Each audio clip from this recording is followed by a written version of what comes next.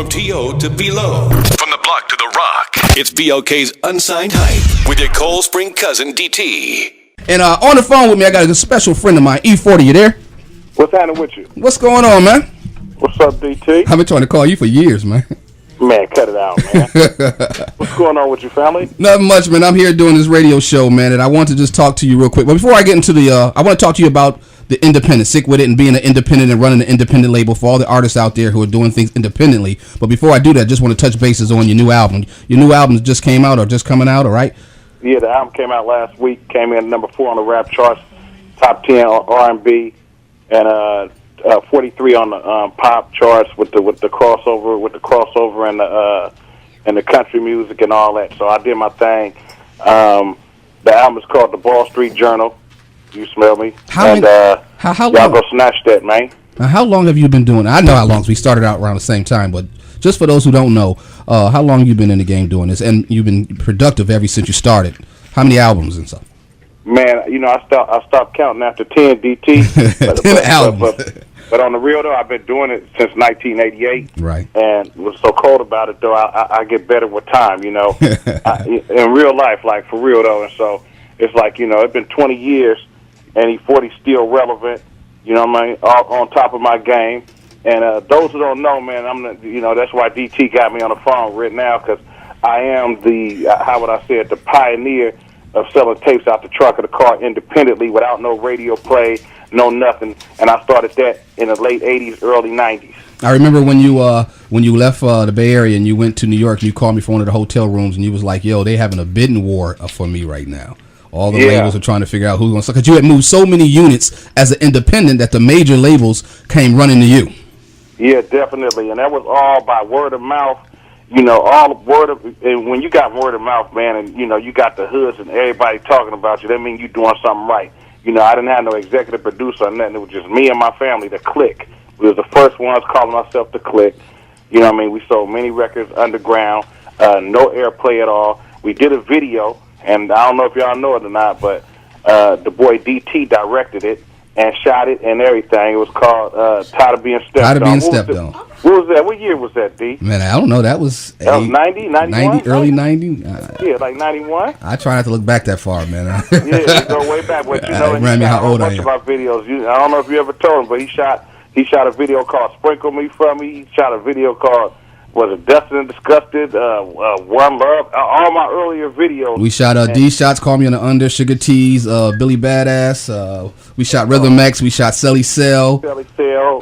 Yeah. All that, man, you know, and we basically, I went to, you know, in 1993, Barry Wise of Jive Records, he called me up. We had every record label in that there was that did rap music calling us with a bidding war. So they flew me out to New York, and I called DT. I said, man, I'm about to sign this record deal, man.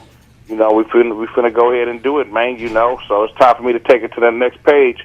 And I signed with Jive Records, and I did 10 years with Jive Records. Same label as Britney Spears and Backstreet Boys and NSYNC. We all pretty much signed the same year and everything. So I did 10 years with them. And then I took a year off, and then I signed with BME Warner Brothers, which is Lil Jon. I signed with Lil Jon, and here I am on Warner Brothers, you know. So, you know, like I say, man, but before that, it was like before I even got signed, I had a career.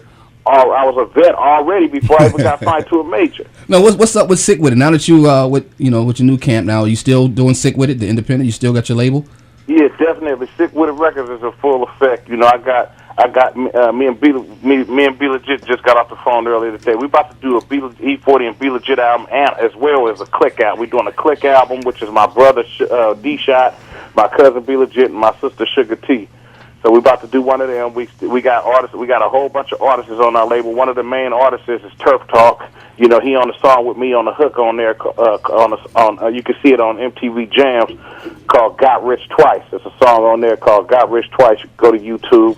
You go to my MySpace page www.myspace.com/E40 without the hyphen, and you'll see that video on there. So Turf Talk, he's shining. He's about to come with his album. He got an album right now in stores that have been out for about a year or two, and it's called West Coast Vaccine.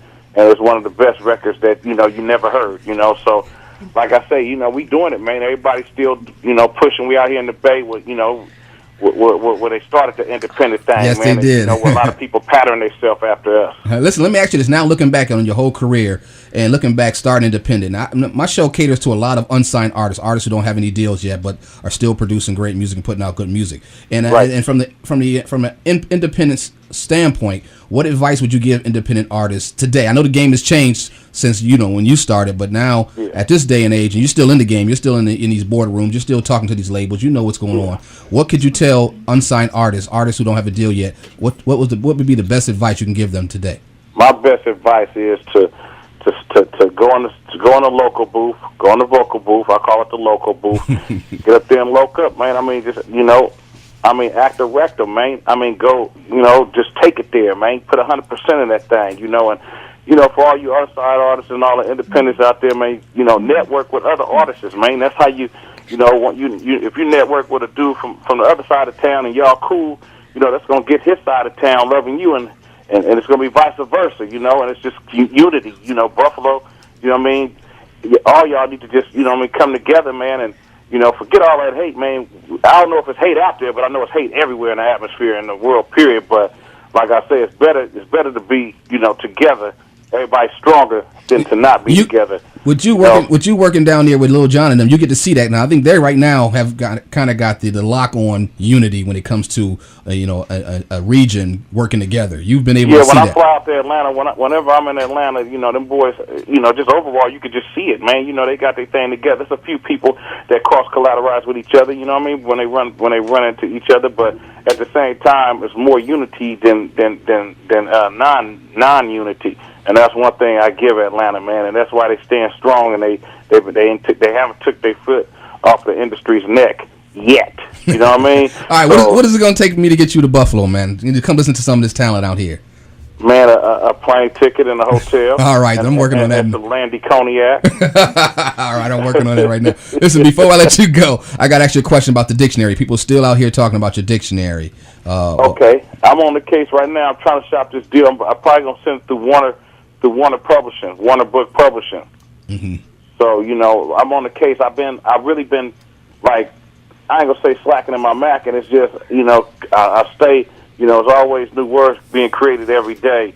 I just got to add to it. I was stubborn at first. I didn't want to put it out because I was like, they're going to snatch it up, but everybody get at me and be like, man, they're going to, regardless of what, man, they're going to snatch your, they're going to steal your slang anyway, 40, so. But I don't have no problem with that. I ain't one of them gripers. I don't care about that. It's good. That's why I put lingo out there, is because I want cats to get a dose of it. But it's when, rappers run with it and don't never pay homage and act like it's from them. Yeah. You know what I mean? That's when I trip. But sometimes I don't blame them, because sometimes they might not know that they got it from somebody that got it from somebody that got it from me. You smell me? All right.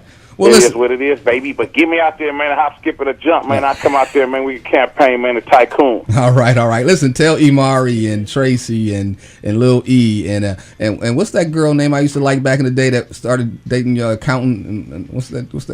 Taya? Yeah. Tell her I said hello too. This boy Dwayne crazy. You say to everybody. Tracy said hi. You know Dwayne like to tell you, huh? I'm going crazy. All right, listen. Cool. All right, man. Hey, much love, DT. Hey, straight up, bro. Tell your mom and your brother and your sister I said hello too, man. I'ma definitely do that, bro. All right, one love. Okay, one love.